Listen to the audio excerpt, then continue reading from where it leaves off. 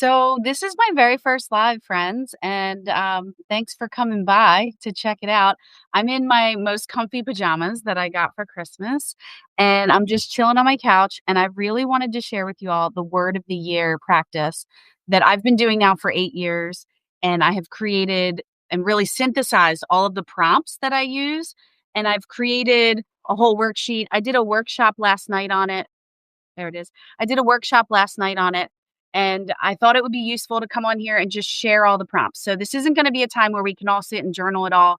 I'll be honest, it took me about 3.5 to 4 hours to figure out my word of the year. That much journaling, that much writing to really discover it, because you think you have a word in mind, you think you have an idea, um, but it's never what you expect. At least that's what I've learned. So I'm going to give a minute to see who wants to join. I see Jordan and Christian. Thank you for being here. You are at my very first live. Thank you. I am honored that you are spending a moment with me. Let me know where you're from, or if you follow, or if you have a word of the year practice, if it's something that you already do, or if it's something that you want to try for the first time. Feel free to throw that in the chat, and I would love to respond to that. So what I wanted to do in this brief time, I'm going to spend like 10 minutes. What I wanted to do was just kind of share a little bit about my experience with the word of the year practice, and then share what the prompts are that have really helped me. So I've been doing this, like I said, 8 years. This is my 8th year. And the first year I did it, I found, if you follow Yoga Girl on podcast. She has a podcast called Conversations from the Heart with Yoga Girl. Her name's Rachel Braffin. She's fantabulous. And I followed her and listened to her podcast and learned that she was doing this kind of end of the year wrap up and new year goal setting type session. So I listened to that podcast, and I got out my journal and I did all of the prompts that she said. So some of the prompts are from that, but they've evolved over the years. I've added a lot from my own experience, things that have helped me, and then just from other people, other conversations I've had and things like that. Jordan, I see you're from Massachusetts. Lovely. And you don't have a word of the year practice, but you're intrigued. I love this. So hopefully this will be useful to you. I have a few posts about it, so you can read through some of my posts where you can, read further into it, but I'm going to try to be really quick and share with you here how it's worked for me. So thanks for sharing that. I appreciate it. So Rachel Braffin, that's where I got some of the stuff originally, and I've developed it over time. And that first year, I picked the word presence, and it was all about my goals and ideas were all about, getting present in the present moment, feeling more mindful, feeling more grateful. And that really comes from presence and mindfulness. So that was that first year. And then each year it's really evolved. I think I have a whole list of what all my words are. I'm not going to go through all of them. Feel free to check them out.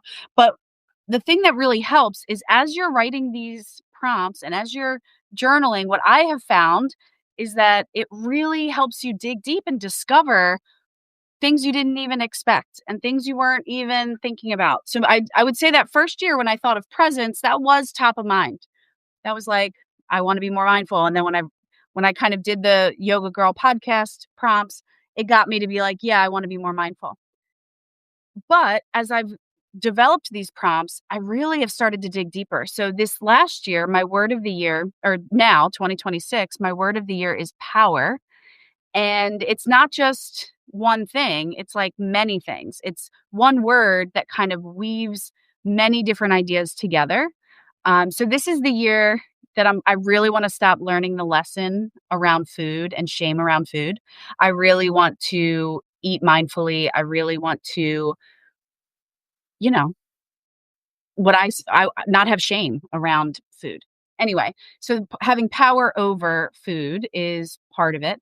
The other thing is I want to kind of step into my power and the offerings I have with my work around Right to Heal.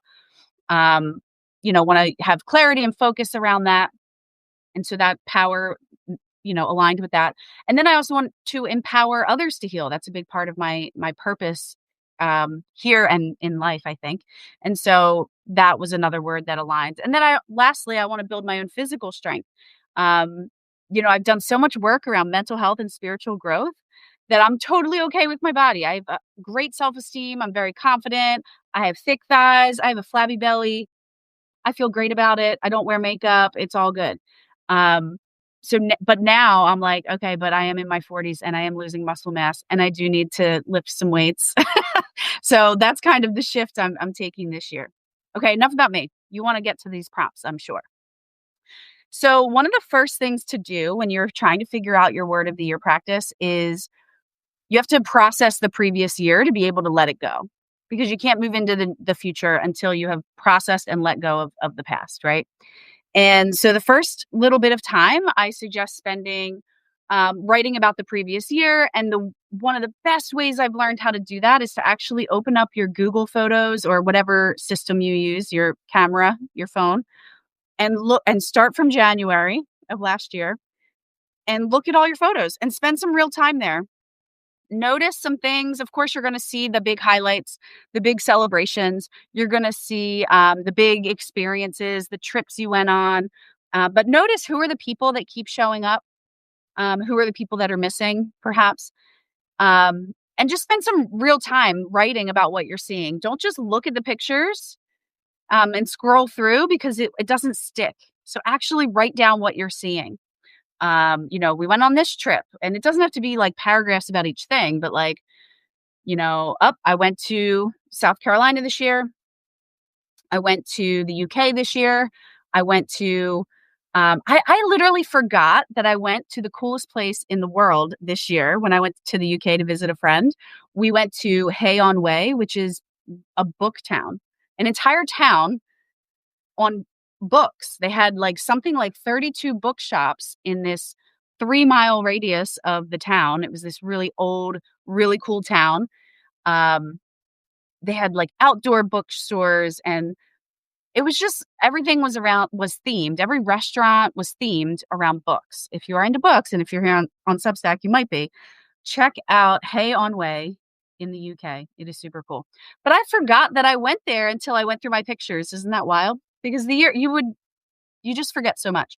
So look through your photos, then take some time looking through your calendar if you're someone that tracks and organizes that way, or even your journal entries of the past year.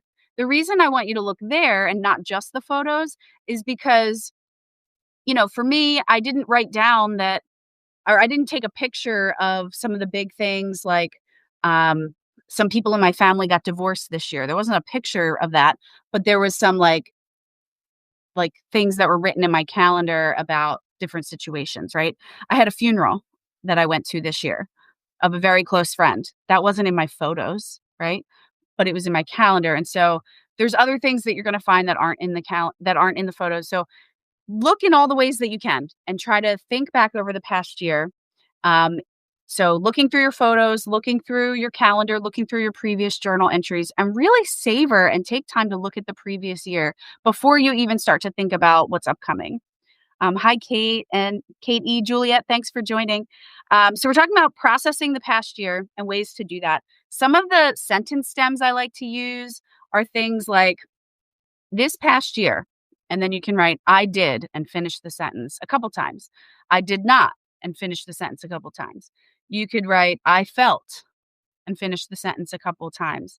The best part of the year was, the worst part of the year was, this year's vibe was, so there's different ways to do sentence stems where you have this one sentence and you're going to try to answer it in a few different ways before you move on.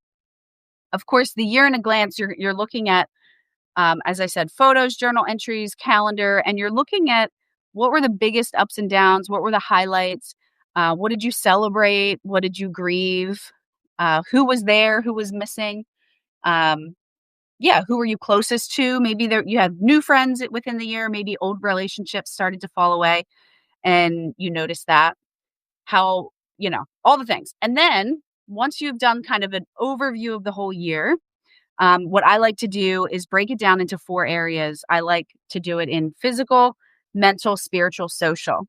You might not like those 4 areas. Maybe you want to add one. Whatever you want to do is fine. But what I do is physical is the obvious physical stuff, right? So sleep, nutrition, movement.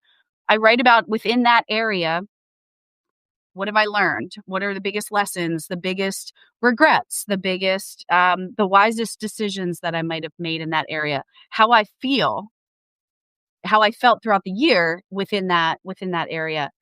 Um, what I'm most proud of, goals that I set for myself that I achieved, or maybe goals I set for myself that I did not achieve. And so thinking first about physical health, then moving to mental health. And for me, mental health is all the mind stuff. So it is the emotions and feelings, mental health, but it's also mind. So it's like intellectual, what I'm doing with my work, or, how I'm challenging my mind and my brain. So I combine both of those things into the mind, into the mental. You can add a fifth category if you'd like to separate them, of course.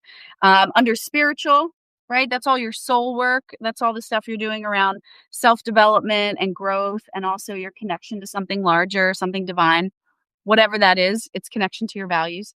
That's really important to me. So I have that as its own category. And then lastly, social. Under this category, I'm thinking about relationships and connections that I'm making, but also my home life is included here in social. So my home life, my pets, my doggy Charlie, who's laying at my feet right now. And so within these four categories, I like to, again, think about what were the biggest challenges? What were the biggest setbacks? What were the most important lessons that I learned? And spending some time really reflecting on those four areas for me has been really helpful. And then I do kind of a final thought wrap up of the year. What is a lesson that I learned that I do not want to learn again? That's like one of the biggest questions, and maybe one of the most important questions. And then I make kind of two columns: what I want to let go of and what I want to bring with me.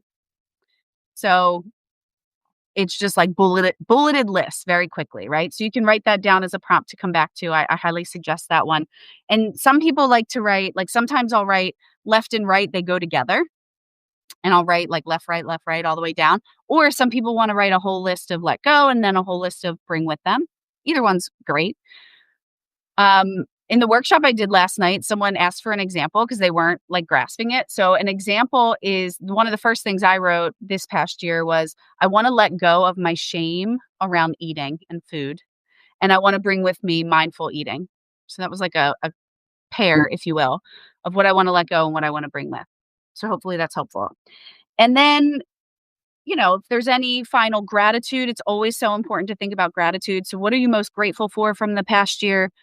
And even make a whole list, like I am grateful for, and just like fill a whole page of what you're grateful for from 2025.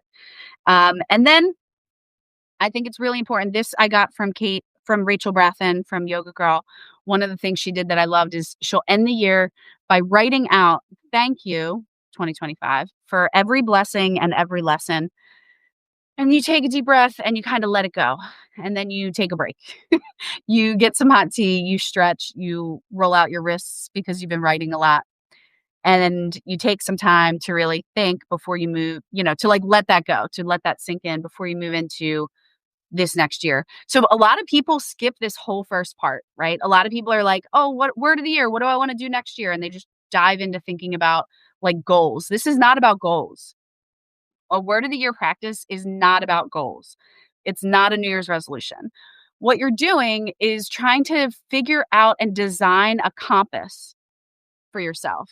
If you can design a compass, and that's what the word of the year is, it's a compass, then that will guide you throughout the year. And then it can help you design goals when it's time to set goals. Right now it's winter. It's time to rest. This is not a time to set big goals for yourself.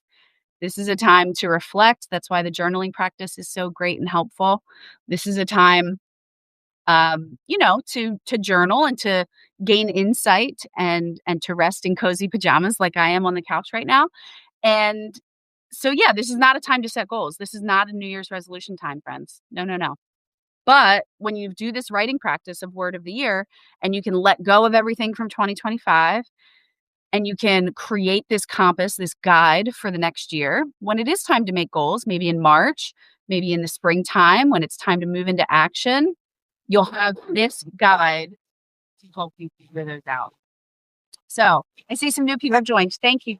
We just talked about how to process 2025, and now we're moving into all the prompts that I use for figuring out the word of the year for 2026. So one of the very first things I do, because I just took a break, right? I did all that journaling. Now I'm getting some hot tea and I'm taking a